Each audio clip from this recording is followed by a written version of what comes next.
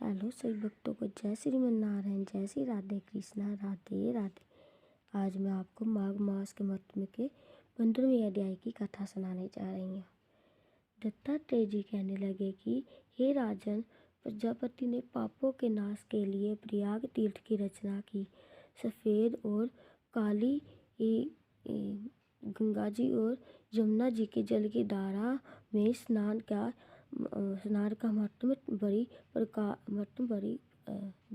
प्रकार सुनो।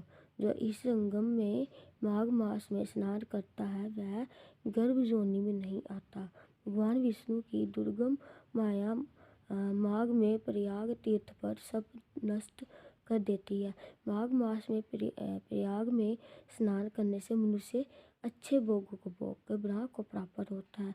माघ मास अथवा मकर के सूर्य में जो प्रयाग में स्नान करता है उसके पुण्य की गिनती चित्रगुप्त भी नहीं कर सकता। 100 वर्ष तक निराहार रहकर जो पुण्य प्राप्त होता है वही फल माघ मास में 3 दिन प्रयाग में स्नान करने से होता है। जो फल 100 वर्ष तक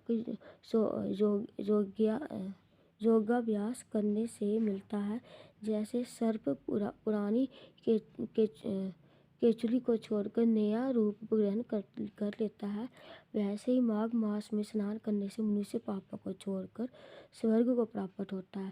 परंतु गंगा यमुना के संगम में स्नान करने से हजारों गुना फल मिलता है। हे राजन, जिसको अमृत कहते हैं वह त्रिवेणी ही है। ब्रह्मा, शिव, रुद्र, आदित्य, मरुतगण, गंधर्व, लोकपाल, यज्ञ, गुहाक, किन्नर, अनिमानी गुणों से सिद्ध तत्व ज्ञानी, ब्रह्म ज्ञानी, पार्वती, लक्ष्मी, सची, नैना, अदिति, संपूर्ण देव पत्नियां तथा नागों की स्त्रियां, घृताची, मेनका, उर्वशी, रंभा,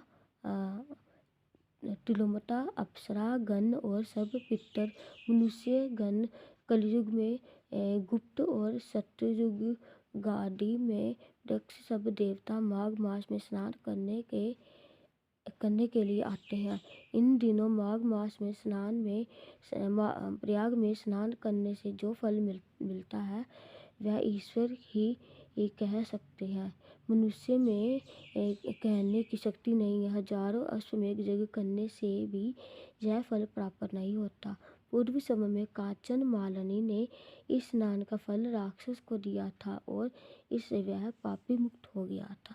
जय श्रीमन नारायण।